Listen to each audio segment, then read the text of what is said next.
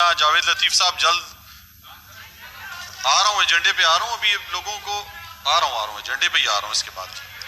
جی آپ یہ کریں، اس کے بعد میں ایجنڈے پہ آؤں گا. جی بہت شکریہ جناب. بات ایجنڈے کے بعد باقی کو ملے گی، اس کے بعد ایجنڈے پہ آؤں گا. میں دو تین آپ کی خدمت میں گزارشات پیش کرنا چاہتا ہوں. پہلے تو بات ہو رہی ہے کل کے فیصلے کے حوالے سے.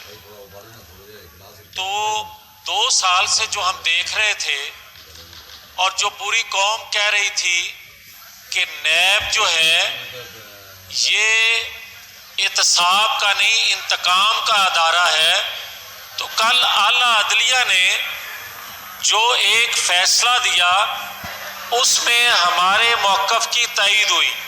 مگر بات یہاں رکتی نہیں ہے ڈپٹی اسپیکر صاحب کہ اگر کل کا فیصلہ دیکھیں تو اس سے پہلے ارشد ملک جج کو بھی دیکھنا پڑے گا. اس سے پہلے اگر کوئی ادھر سے آواز اٹھائے تو میں کہتا ہوں جسٹس قیوم کا فیصلہ بھی دیکھنا پڑے گا. میں کہتا ہوں کہ اس سے پہلے جب پاناما پہ اقامہ اور اس سے پہلے جو وہاں بیٹھے سابقہ لوگوں نے الفاظ استعمال کیے پاکستان کی لیڈرشپ کے حوالے سے، کسی طور پر بھی وہ مناسب نہیں تھے. اور آج جو کچھ ایک سیکنڈ اگر اجازت دیں، آج جو کچھ ہو رہا ہے، اور میں یہ بڑی معذرت سے عرض کرنے لگا ہوں، اگر کسی ایک ادارے کو تمام اختیارات کا منبع بنا دیں گے، پاکستان کے اندر بہت سے احتساب کے ادارے ہیں، مگر نیب کے ہوتے ہوئے کوئی ادارہ دوسرے کا کسی کو ذکر، کسی کو نام کا علم ہے؟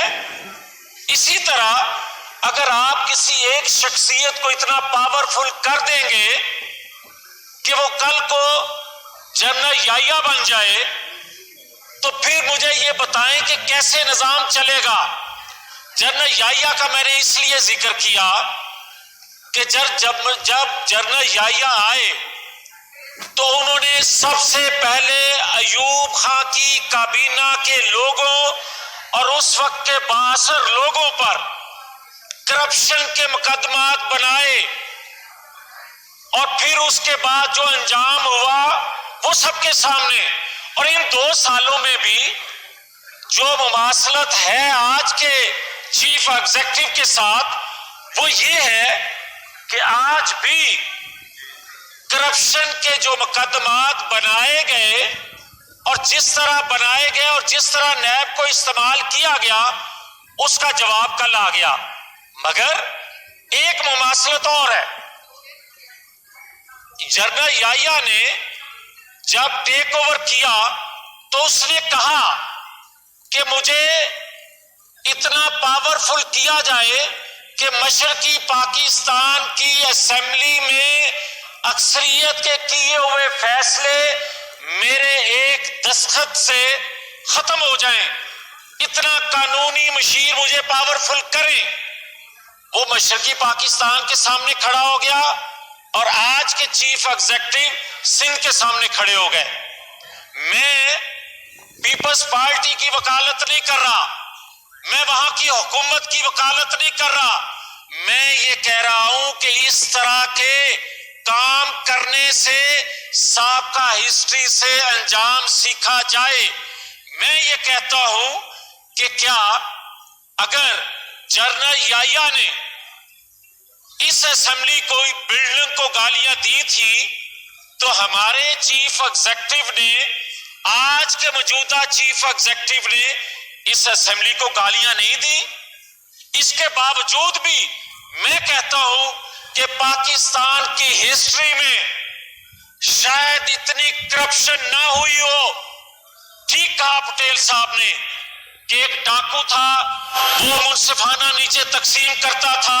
مجھے یہ بتائیں اگر یہ سہولت کار نہ ہو تو ادویات کا سکینڈل، چینی سکینڈل، گندم سکینڈل، ڈالر سکینڈل، اور یہاں تک کہ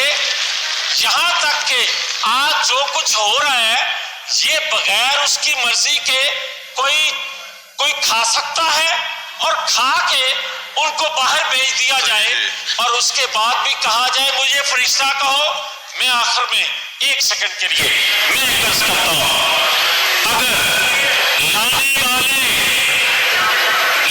والوں کے لیے تو پپٹ اچھا ہے، اس سے بہتر کوئی اور تابعداری نہیں کر سکتا، مگر لانے والوں کو یہ علم ہونا چاہیے اور شاید علم ہو چکا ہے کہ پاکستان کی تباہی و بربادی جو ہو چکی ہے اس کے بعد اس کا جادو ٹھہر چکا۔ اور اگر میں یہ کہتا ہوں آخر میں کہ یہ اے بی سی جس کا بار بار یہ ذکر کیا جاتا ہے، میں کہتا ہوں نکلے مولانا فضل الرحمان، نکلے بلاول بھٹو، نکلے مریم نواز، اس کے بغیر یہ پاکستان بچتا نظر نہیں آتا، ورنہ بہت دیر ہو جائے گی، نکلنا پڑے گا اور یہ نکلنا پاکستانی قوم کے لیے ہوگا، احتساب کے لیے مجھے پکڑو، راجہ اشرف کو پکڑو، کسی اور کو پکڑ لو، پکڑتے رہو، مگر اس ساری کی ساری قیادت کو، اس قوم کو، پاکستان کو بچانے کے لیے باہر آنا پڑے گا اور اس جنرل یحییٰ سے، آج کے جنرل یحییٰ سے جان چھڑانا پڑے گی۔ شکریہ۔